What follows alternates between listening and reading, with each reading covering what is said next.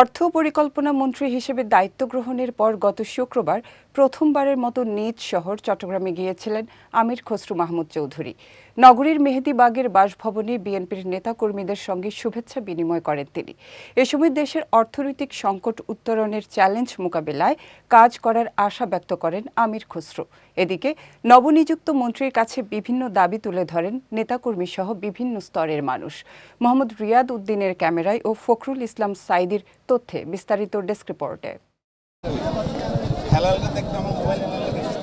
গত ২০ ফেব্রুয়ারি প্রথমবারের মতো নিজ শহর চট্টগ্রামে যান চট্টগ্রাম ১১ আসনের সংসদ সদস্য ও অর্থ ও পরিকল্পনা মন্ত্রী আমির খসরু মাহমুদ চৌধুরী।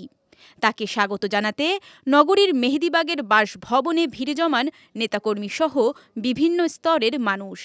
চট্টগ্রামের সন্তান গুরুত্বপূর্ণ মন্ত্রণালয়ের দায়িত্ব পাওয়ায় আনন্দ প্রকাশ করেন তারা, তুলে ধরেন বিভিন্ন দাবি দাওয়া। এদিন নেতাকর্মীদের সঙ্গে শুভেচ্ছা বিনিময়ের এক পর্যায়ে বিজয় টিভিকে দেয়া সাক্ষাৎকারে কথা বলেন অর্থ ও পরিকল্পনা মন্ত্রী আমির খসরু মাহমুদ চৌধুরী। জানান, নিজের নতুন দায়িত্বকে দেখছেন বড় চ্যালেঞ্জ হিসেবে। ব্যক্তি অর্জনের চেয়ে দেশের অর্থনৈতিক সংকট উত্তরণকেই দিচ্ছেন প্রাধান্য। দায়িত্ব পাওয়া তো বড় কথা না, দায়িত্ব পালন করা হচ্ছে বড় কথা। অনেক কঠিন দায়িত্ব, বিশেষ করে বাংলাদেশ আজকে যেখানে আর অর্থনৈতিক যে অবস্থায় দাঁড়িয়ে আছে, এখান থেকে উত্তরণ ঘটানোর জন্য একটা বড় চ্যালেঞ্জ। তো আশা করি সবাইকে নিয়ে চেষ্টা করে সেই চ্যালেঞ্জ উত্তরণ করার চেষ্টা করব। একই দিন দ্রব্যমূল্য বৃদ্ধি নিয়ন্ত্রণে প্রয়োজনীয় উদ্যোগের কথা জানান অর্থমন্ত্রী। কোথায় কোথায় দাম বৃদ্ধি হওয়ার জন্য দ্রব্যমূল্য বৃদ্ধি, খালি দ্রব্যমূল্য তো না, আমাদের ইন্ডাস্ট্রিগুলো যে মালামাল আসছে, সার্বিকভাবে দেশে যে মালামাল আসছে, সব কিছুতে এটার প্রতিফলন ঘটছে এবং এটা দেশের মানুষকে এটা পে করতে হচ্ছে। আমরা আজকে প্রত্যেকটি স্টেক হোল্ডার, চট্টগ্রাম বন্দর, কাস্টম থেকে শুরু করে পরিবহন, শ্রমিক, একেবারে সব স্টেক হোল্ডার যারা আছে সবাইকে নিয়ে বসছি।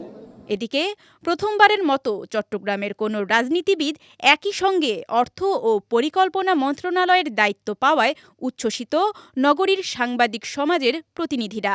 চট্টগ্রামের সাংবাদিক সমাজের পক্ষ থেকে ওনাকে অভিনন্দন জানাতে চাই।